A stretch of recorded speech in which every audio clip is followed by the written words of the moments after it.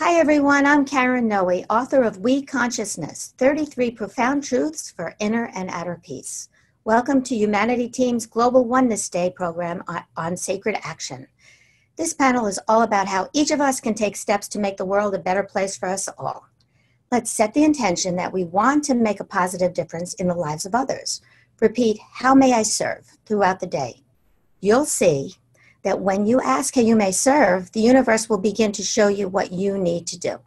You'll be sent all the necessary people and situations to achieve your goals. Let's all embrace our connection to the whole. This is what the We Consciousness is all about. We are all one within the chain of humanity. When one link becomes disconnected, the whole chain falls apart. When we embrace our oneness, we become peace. Throughout each and every day and in every situation, especially the difficult ones, ask yourself what a being who is capable of feeling and extending only peace would do. Then respond to all circumstances in that way. Peace will manifest when you fully realize that you are the source of this infinite peace. Then it's important to take whatever actions you feel guided to take and extend this peace outward onto all those around you. Okay, now I'm going to introduce the members of the panel one at a time, and then we'll go right to questions and panel discussion. Are we ready? Okay. First, we will begin with Barnet Bain. Filmmaker, author, and executive coach, Barnet Bain's film credits include Milton's Secret, director, writer, based on the novelette by Edgar Tolle, Oscar winner What Dreams May Come, producer, Emmy Award nominee for Outstanding TV Movie, Homeless to Harvard, executive producer, and The Celestine Prophecy, writer-producer. Barnet is a core faculty member at Spirituality Mind-Body Institute at Teachers College, Columbia University. He is the author of the book of Doing and Being, Rediscovering Creativity in Life, Love and Work, and The Third Story, Awakening the Love That Transforms. Barnet consults and trains business leaders and private clients who are committed to high performance. Through his workshops and talks, Barnet guides people of all ages to expand their vision of what is possible and develop their gifts and talents with passion. Welcome, Barnet. It's a pleasure to be here. Thank you. And now we have Nancy Roof. Hi, Nancy. Hey. Nancy is the founder of the award-winning Cosmos Journal, Global Transformation in Harmony with All of Life, based on cultural values as they impact globalization and world community. Nancy won the 2009 Images and Voices of Hope Award for journalism as a tool to inform, inspire, and engage individual and collective participation in a global shift to higher level thinking. As a founder of Transpersonal Psychology, she served as a spiritual guide to individuals for 20 years. In the late 80s, she began to define the field of global transformation at the United Nations, where she successfully lobbied for elevated global standards in international treaties. She is the founding member of the Global Commons Initiative, World Wisdom Council, 2020 Climate Leadership Campaign, World Shift 2012, Global Alliance for Transformational Entertainment, and a speaker at Mikhail Gorbachev's World Political Forum. Welcome, Nancy. Thank you so much. And finally, we have Steve Bhaerman, also known as Swami Bhayanananda, with us. Hi, Steve. Thank you. Steve is an internationally known author, humorist, and workshop leader. For more than 30 years, he has written and performed as Swami Bhayanananda, the cosmic comic. Swami's comedy has been described both as a comedy disguised as wisdom disguised as comedy. An educator and political scientist by training, Steve spent a year teaching in the inner city of Washington, D.C., and then co-founded an alternative high school, the New Educational Project. He and co-founder Joel Denker wrote a book about their experiences, No Particular Place to Go, Making of a Free High School. In 1980, he founded one of the first holistic monthly magazines, Pathways, in Ann Arbor. Pathways saw the birth of the cosmic comic character, Swami Bhayanananda, And Steve and his wife Trudy embarked on a full-time venture with his traveling Swami show in late 1986. On the more serious side, Steve has co-authored a book with Bruce Lipton entitled Spontaneous Evolution, Our Positive Future, and a Way to Get There from Here. He has been active in the transpartisan movement and co-authored an ebook called Reuniting America. He also hosts a weekly radio show to bring left and right, front and center, to make the music and dance together. Welcome, Steve. Thank you so much. So are we ready? We're ready. All right. So Barnet, you're first. You've built your career telling spiritually themed stories. Can you share with us some of your most recent projects? Last year, I made a film with Donald Sutherland based on a novelette by Eckhart Tolle called Milton's Secret. It was a story about mindfulness and bullying. And one might think, well, those are strange bedfellows, mindfulness and bullying. I was interested in modeling, in creating a story that allowed people to make the connection between the outward bullying behaviors that we're all really familiar with, the violence, emotional, mental, physical that one does to another. But it begins first with the bullying self-talk thought stream that starts very, very early. And I wanted to make a story in which this was shown but not discussed. So here's this child who has a rough time with his peers and sits at a dinner table where parents are bullied with thoughts of making the mortgage and worries about tomorrow and how their relationship is going to come, and distractions about the past, and ruminations and obsessive compulsive thinking about the future. And the separation from the present moment is consistent from the child who is anxious about his treatment with his peers, and a sense of being disconnected from the attentions and the attunement of his parents. And that's I'm saying a lot in a very short period of time. It was an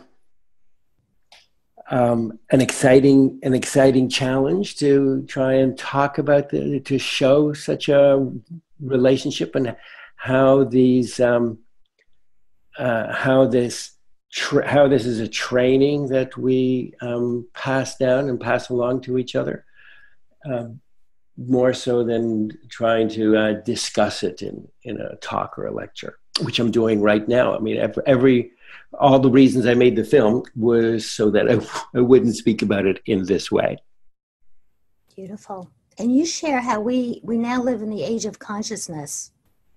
What are the implications of this?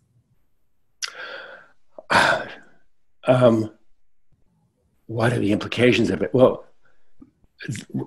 I have an entire life devoted to discovering and being discovered by the implications of this. But for one thing, it's clear to me that every act is a creative act, that we're all creating all of the time. And we are conditioned by society to silo out a very narrow bandwidth of activity that we call artistic.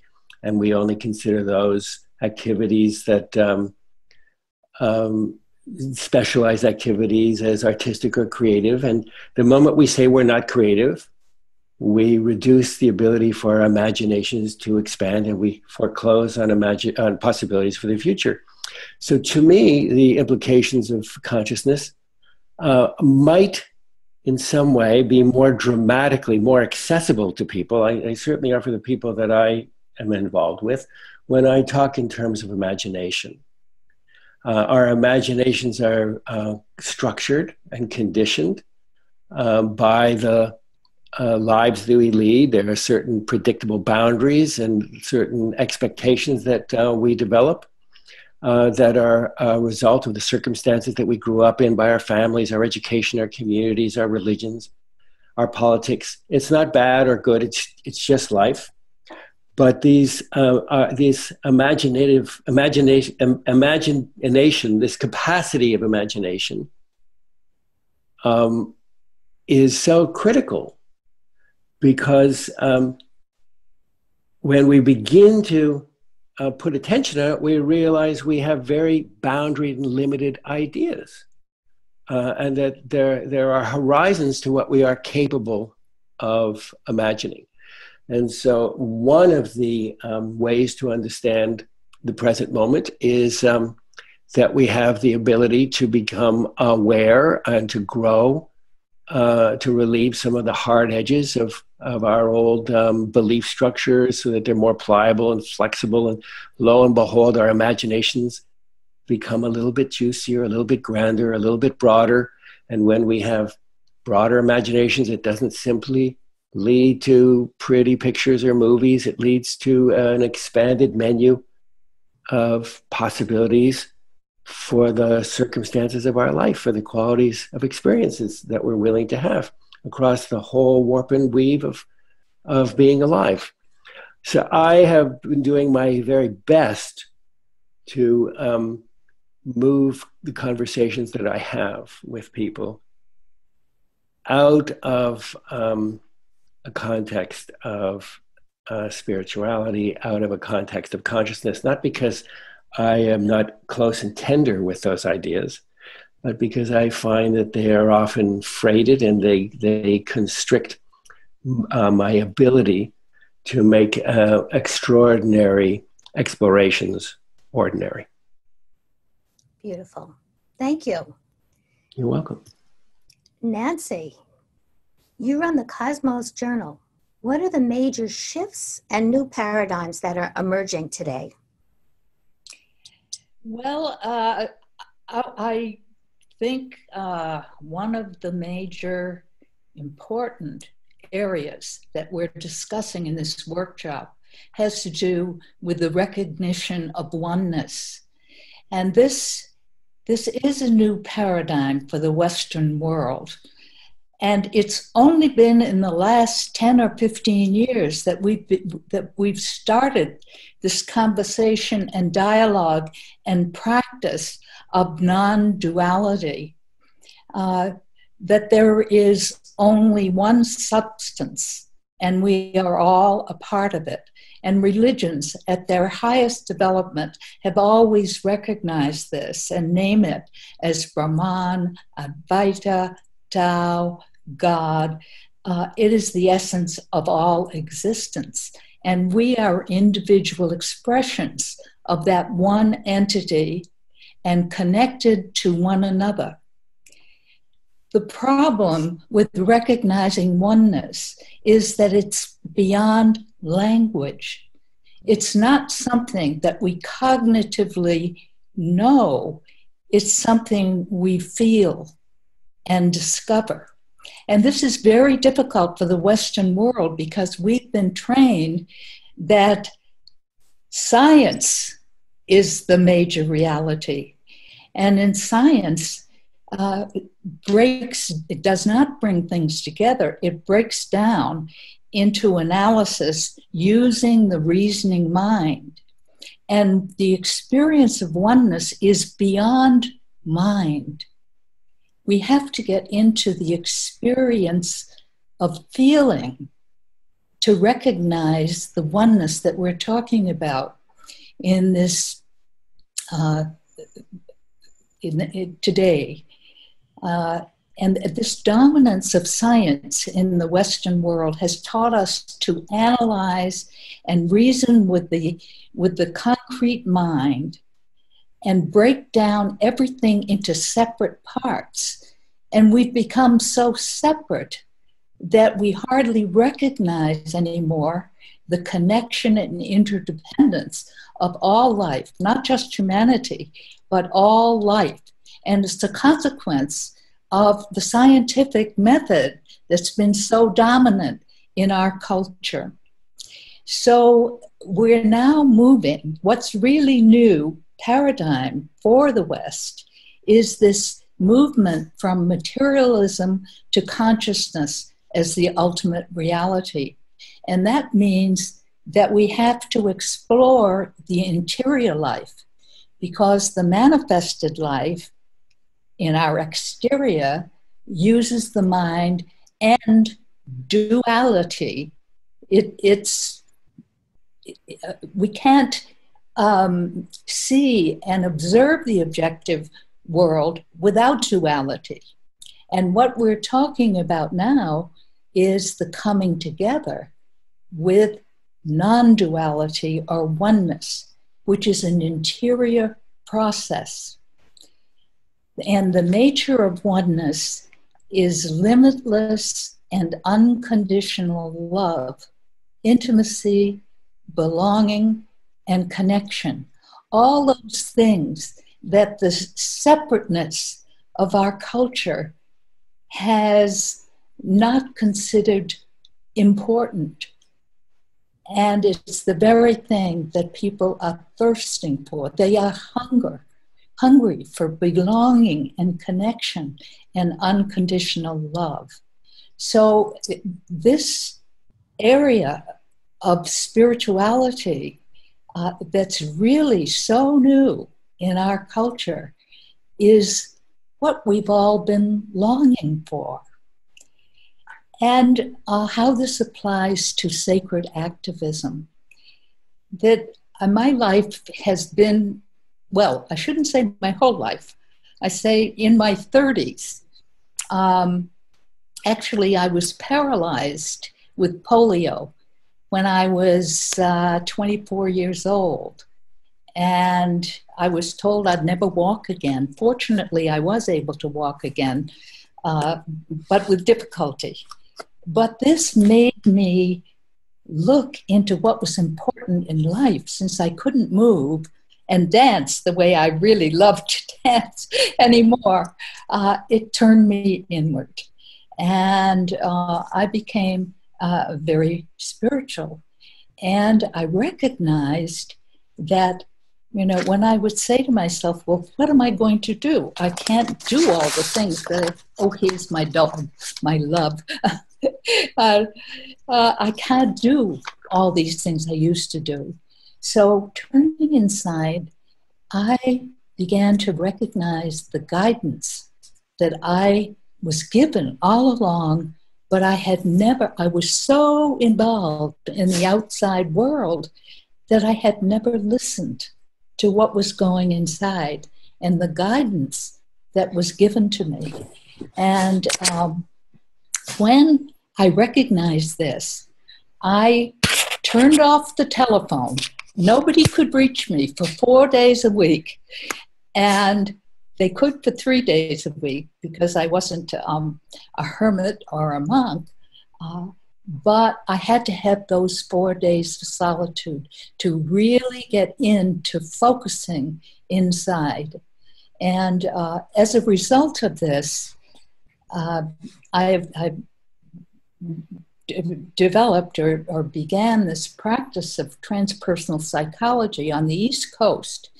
And just through bringing my inside out, developed the courses. There was no transpersonal psychology before this to learn.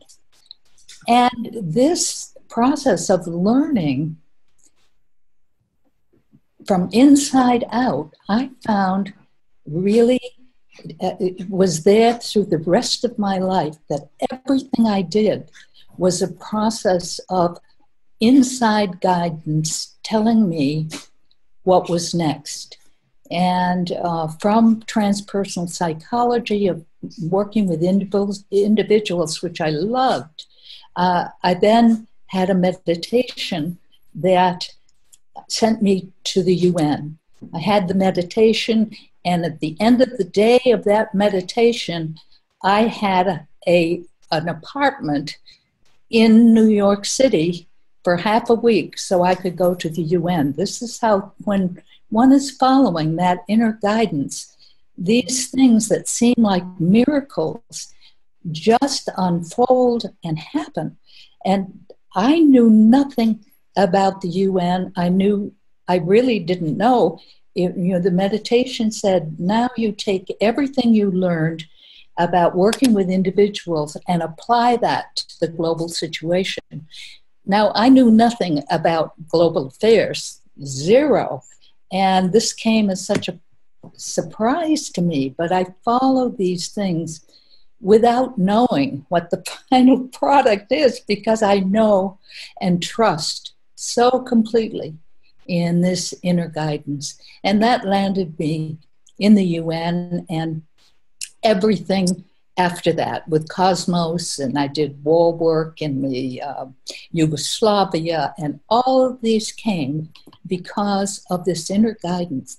And the thing that I have discovered is that we don't have to know what to do. In fact, knowing what to do is a limitation, because we are now in a transformative time in the world where everything will be fresh and anew after we go through this terrible suffering and collapse of the institutions that we now have that no longer work for us.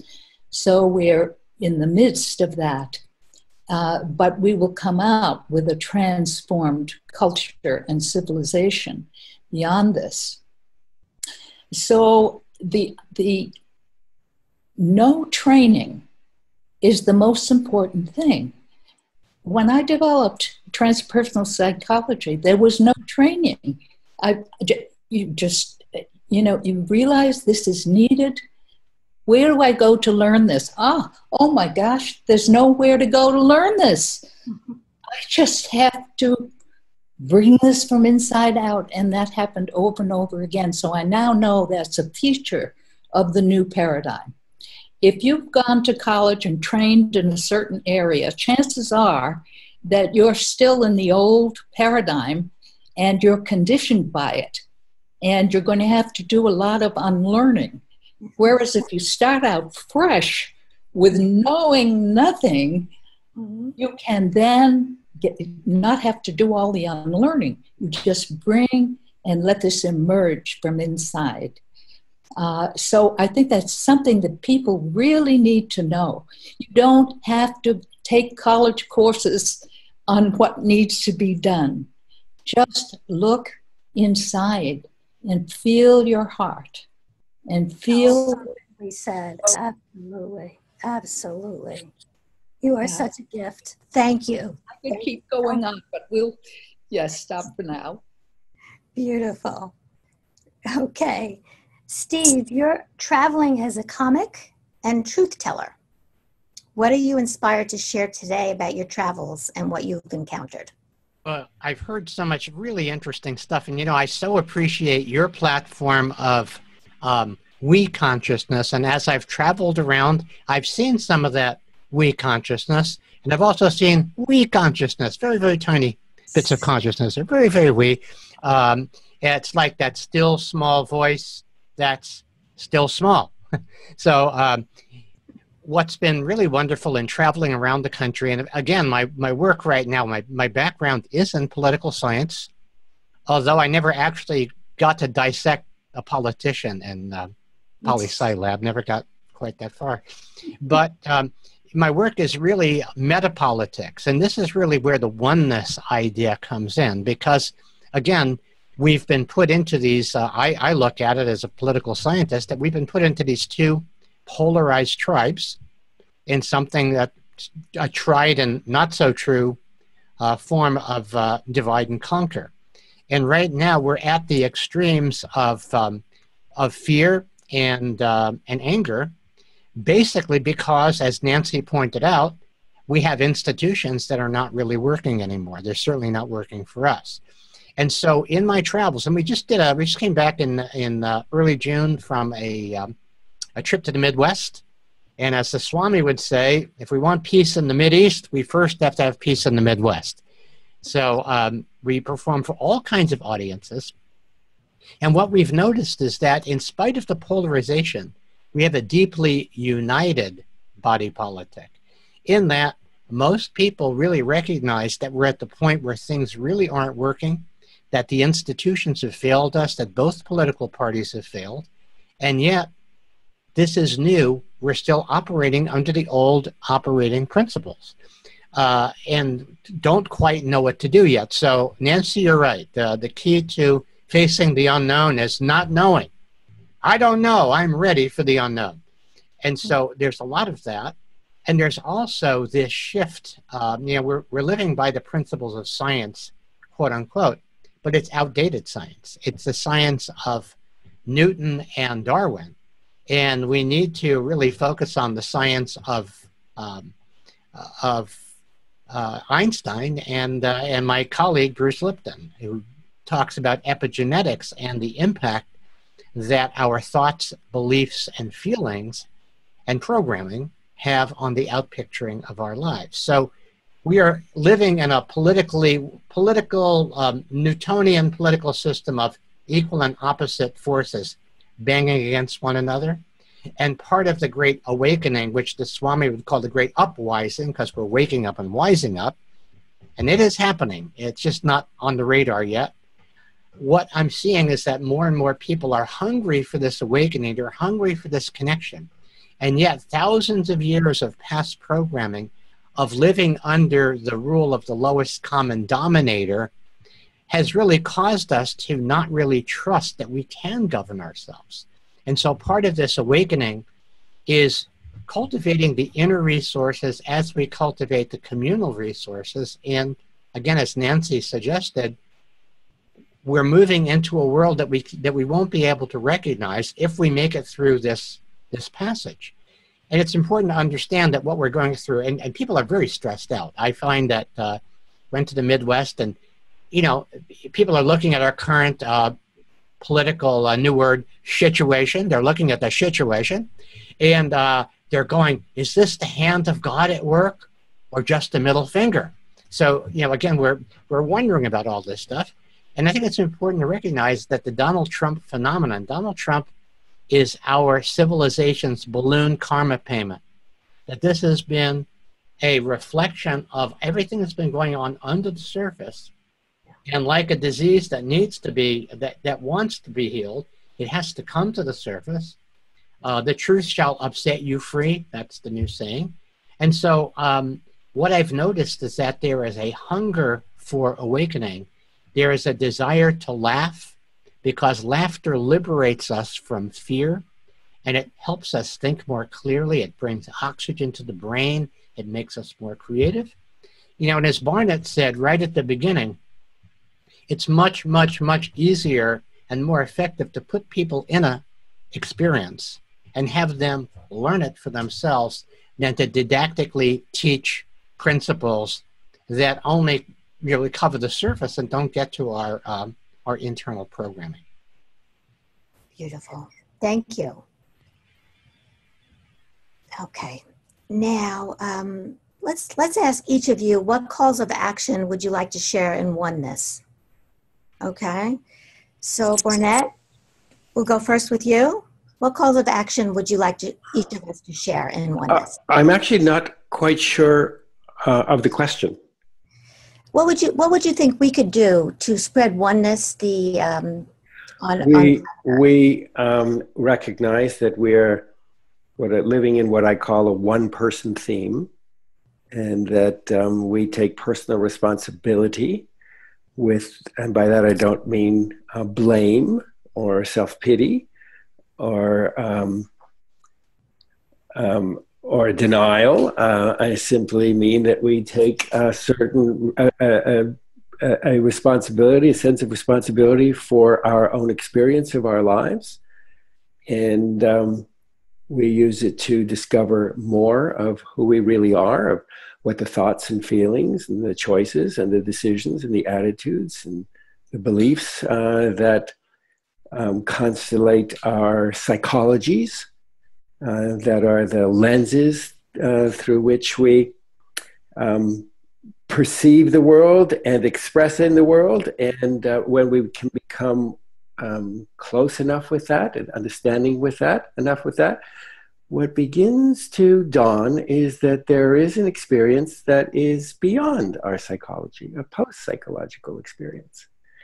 and then magical things begin to unfold.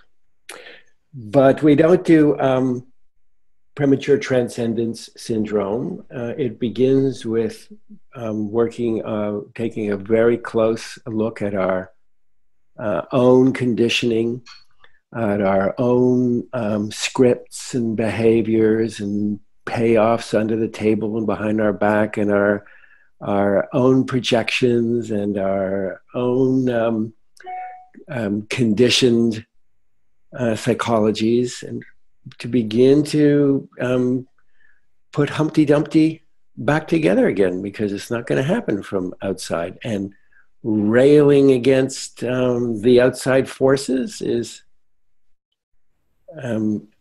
it only satisfies the need to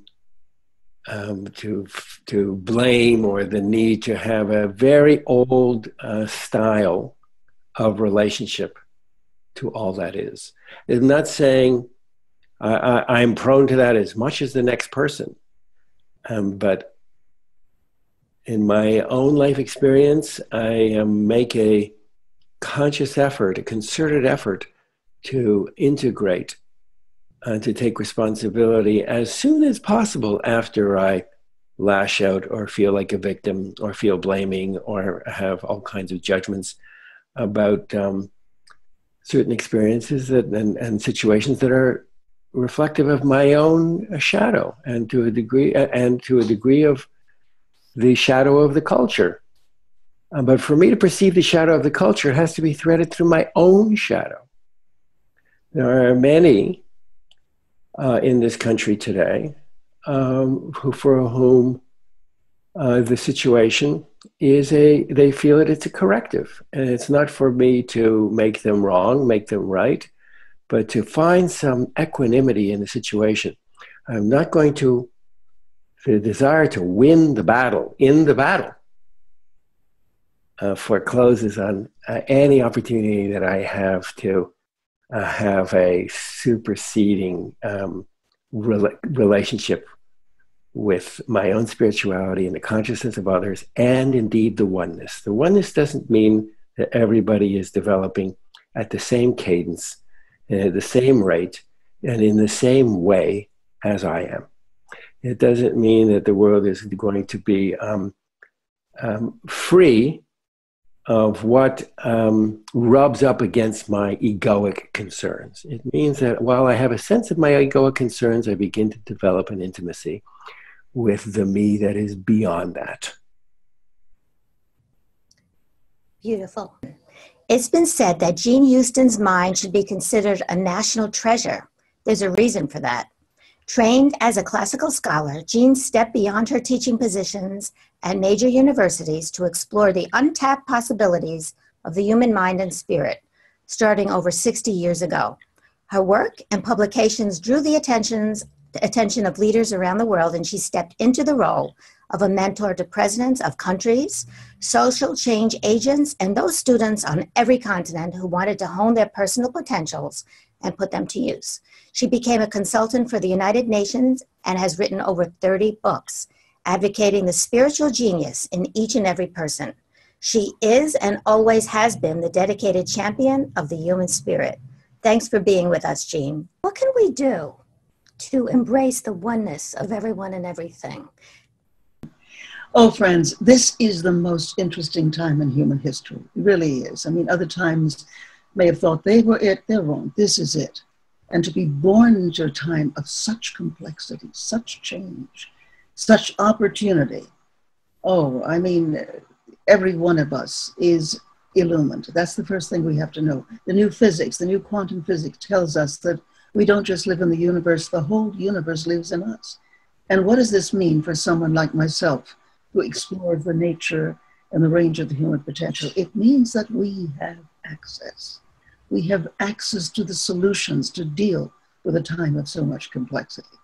We have access to explore the fact that we have within us all the answers, all of them. What does this mean for you? It means that you spend some time each day, whether it's early in the morning or late at night, the time when you're really tuned in. And you tune in you ask a question and you will find that the answers will come.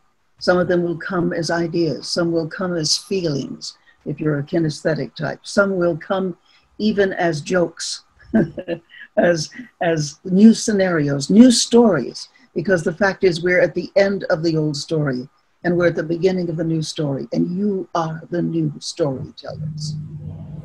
Tell the new story wherever you are. If you're with children, tell the stories of who they are, who they can be. Let them tell you the story and bring it back to them. I mean, because the schools are probably not doing it, but you could do it wherever you are. Work across the great divide of otherness. Seek out people from different cultures, different ways of knowing things. Ask for their stories. Ask and celebrate their dances, their songs, you know, so that you are the one who is the midwife of souls. You are the evocateur of the human possibilities. In my own life, I've worked with schools all over the world. I've never met a stupid child. I've met very stupid systems of education. Know that the child has access to the divine potential that is in them. Seek it out, talk to them, help them if they're not linear, analytical, rational, Western type of kinds of exploring, then talk to them in terms of what interests them.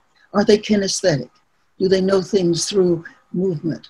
Are they visual? Can they close their eyes and see pictures, then work with them in that way? Have them picture new possibilities for themselves and for their world. Cross the great divide of otherness.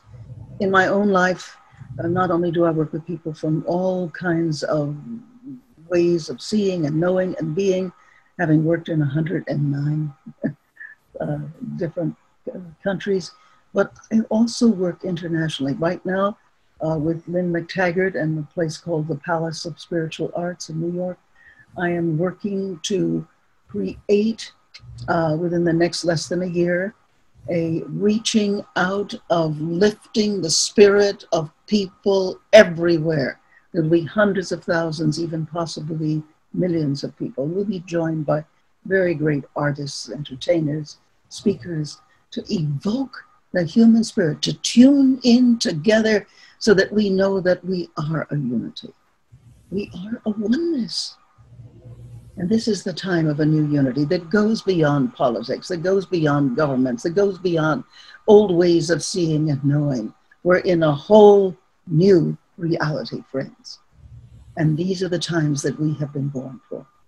We are the we change. We are the spirit communicators, communications of the spirit of all of us together. And wherever you are and however you are, start participating in this unity. Start knowing that we are the game changers. We are the midwives of souls. We are the ones who profoundly make the difference. The great poet, Christopher Fry, once said, the human heart can go to the lengths of God. Dark and cold we may be, but this is no winter now. The frozen misery of centuries cracks, breaks, begins to move. The thunder is the thunder of the flow, the flood, the upstart spring. Thank God our time is now. And yes, dawn comes up to meet us everywhere. Never to leave us till we take the longest stride of soul folk ever took. Affairs are now soul size. The enterprise is exploration into God. What are you making for? It takes so many thousand years to wait. Will you wait? For pity's sake. I think you are waking. I think we are all waking up. We have to. These are the times, and we are the people. And this is the planet where it's all taking place. And the time is now. Thank you so much, Jean. That was beautiful. Thank you. Thank you. Thank you very much. And Nancy, how about you? What calls of actions would you like to share? I think one of the most important things is to keep the beautiful, the true, and the good in mind so that we can endure this cycle in the transformation process, which is what many have termed not only the dark night of the soul, but the dark night of the world itself and our culture. So keeping the beautiful and the true and the good in mind, because that's all around us too. And the media tends to concentrate on the worst because that gets attention. And we need to remember all the goodness that's going on in the world as well.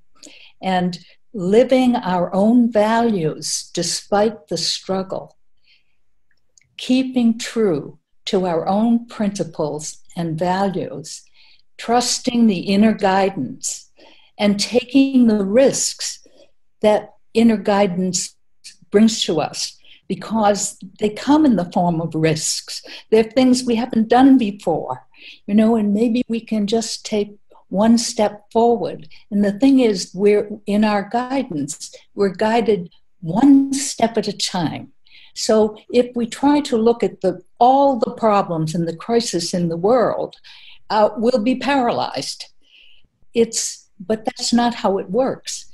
We only have to go one step at a time, and think of that, just one small step. And we each do that instead of thinking we have to solve the whole crisis that's going on. So listening inside and staying present, not wallowing in the past, because that's really not going to get us anywhere, where the joy and the passion of life is on building the new.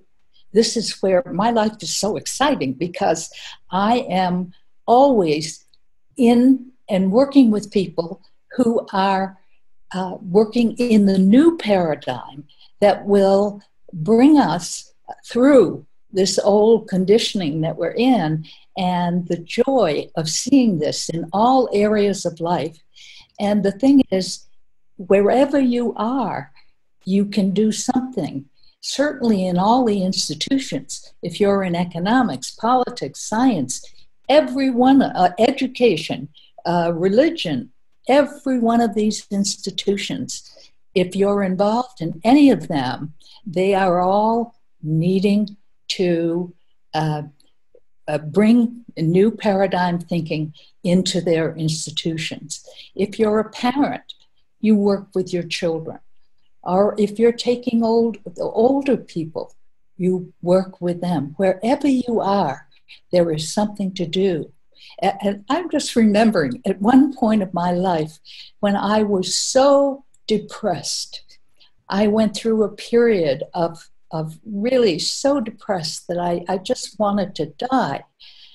And the thing that pulled me out of it was, well, I had a vision of a beautiful rose, and that beautiful yellow rose was one of the things. And the other thing was, at that point, I said to myself, okay, I don't feel loved by the world, so I'm going to love the world.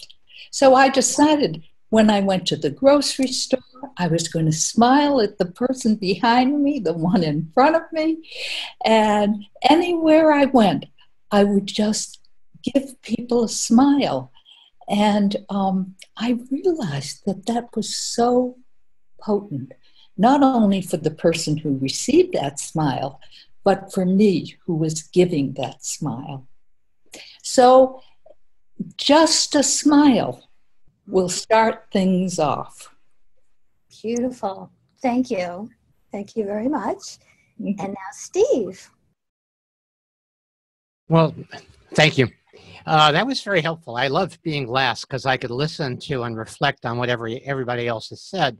And when I was listening to Nancy talk about this passage that we're going through, I'm reminded of, one of the greatest pieces of wisdom that's come my way over the last year. There's a brilliant book on transformational NLP by Carl Buchheit. And his favorite saying is, give up all hope for a better past. And the idea of how much energy we spend in this, on the battlefield of what used to be, rather than recognizing and being in the discomfort of the not knowing that Nancy was talking about earlier.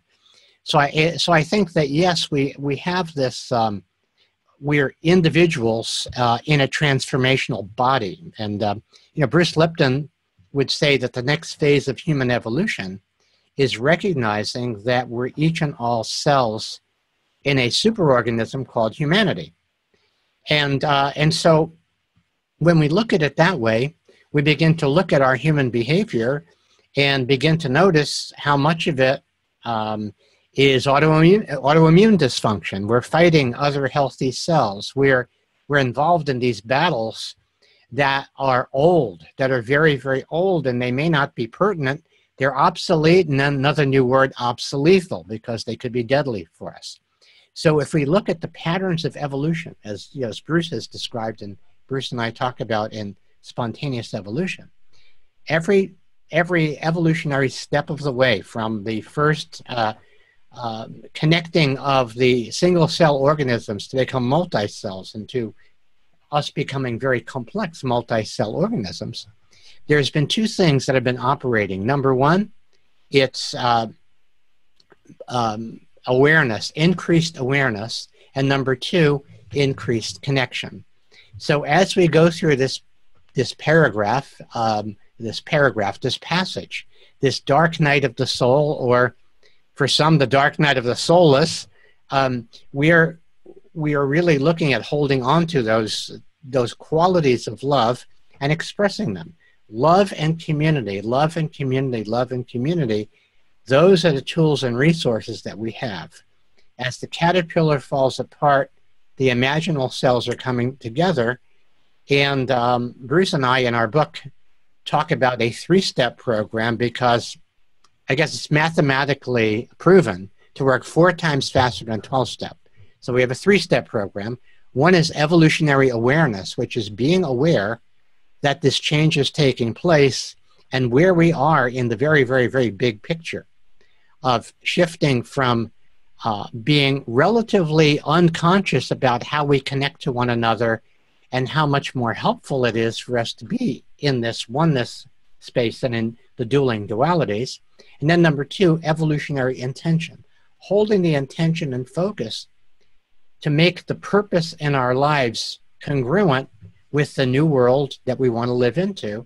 And then finally, evolutionary practice. What is it that we do every day internally and out in the world that reflect this idea that we are all in this together? We are all cellular souls in the same huge body of humanity, that we are in the midst of this process.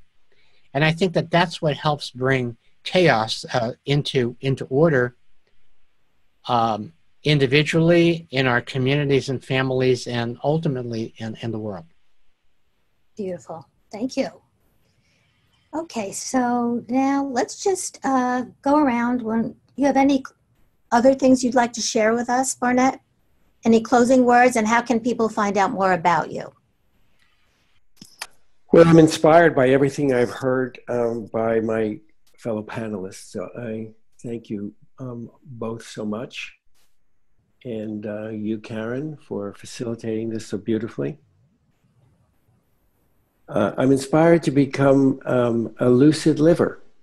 There was a time, once upon a time, I was very interested as a young man in being a lucid dreamer.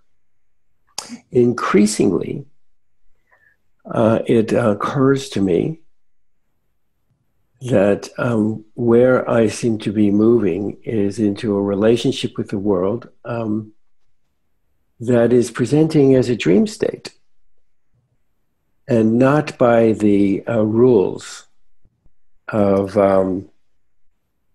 that I understood the world to a world of logic and linear process. I grew up in the belief that the present is the result of the past, and as a boy, I was trained to fall in love with the straight line.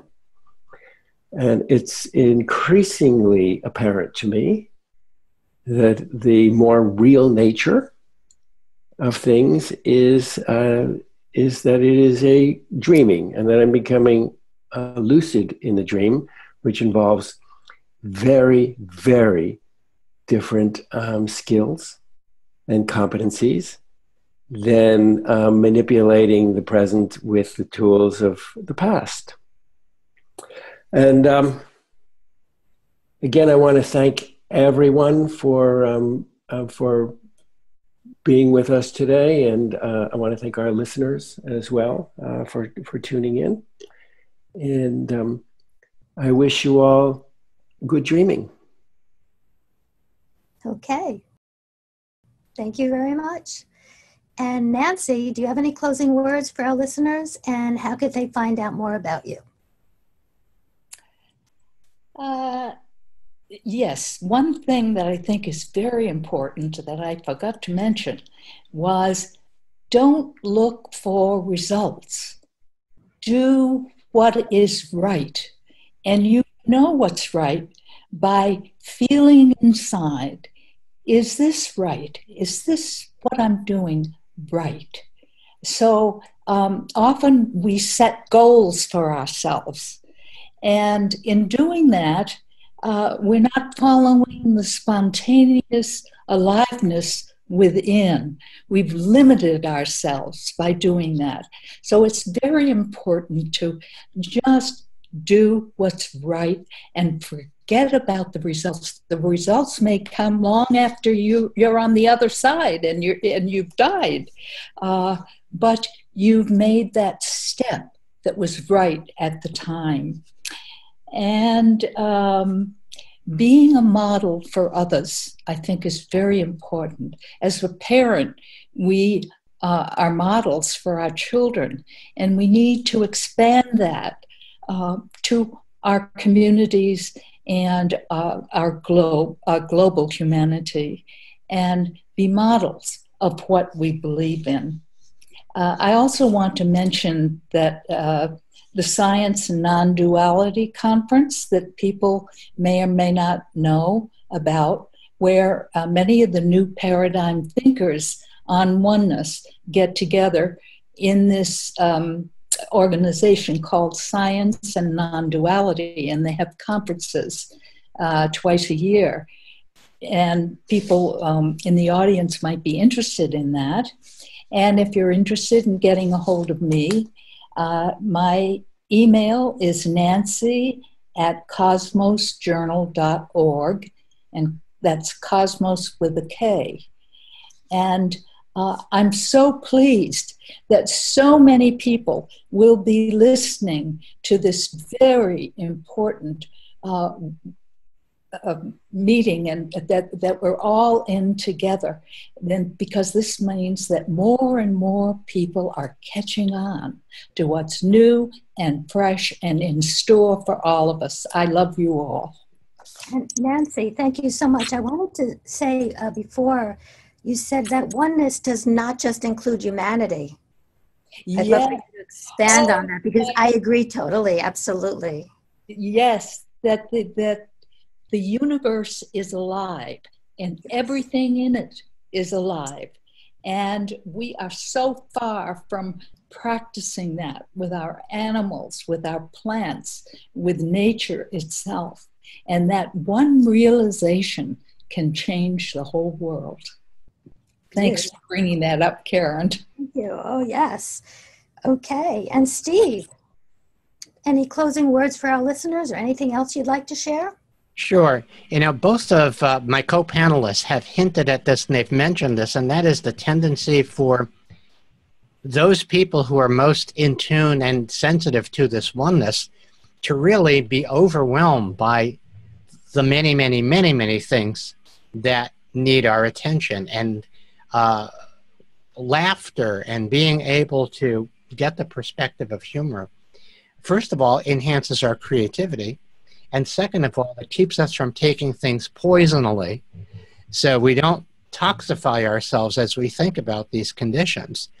And just recognizing, as Nancy had said, that there's certain things that we can do in and of ourselves without looking for results out there, but rather focusing on our right actions in these cases. So I think right now it's just really important that we keep that sense of perspective, that we keep ourselves tuned in to whatever our connection is with the infinite. There's no language for it. That connection is very important. I find some days I need to keep plugging into that, looking for a signal a number of times. However, whenever I find the signal, then I find that everything in my life operates more from this coherence that we're looking for. I would also recommend the Science and Non-Duality Conference, although Swami is of two minds about it, but I think it's worth doing anyway. And if you want to find me, there's two ways. One is my website is wakeuplaughing.com. Find out more about when the Swami is going to come traveling and visiting. And then my radio show is called Wiki Politiki, W-I-K-I, Politiki, P-O-L-I-T-I-K-I. It can be heard on Om Times Radio.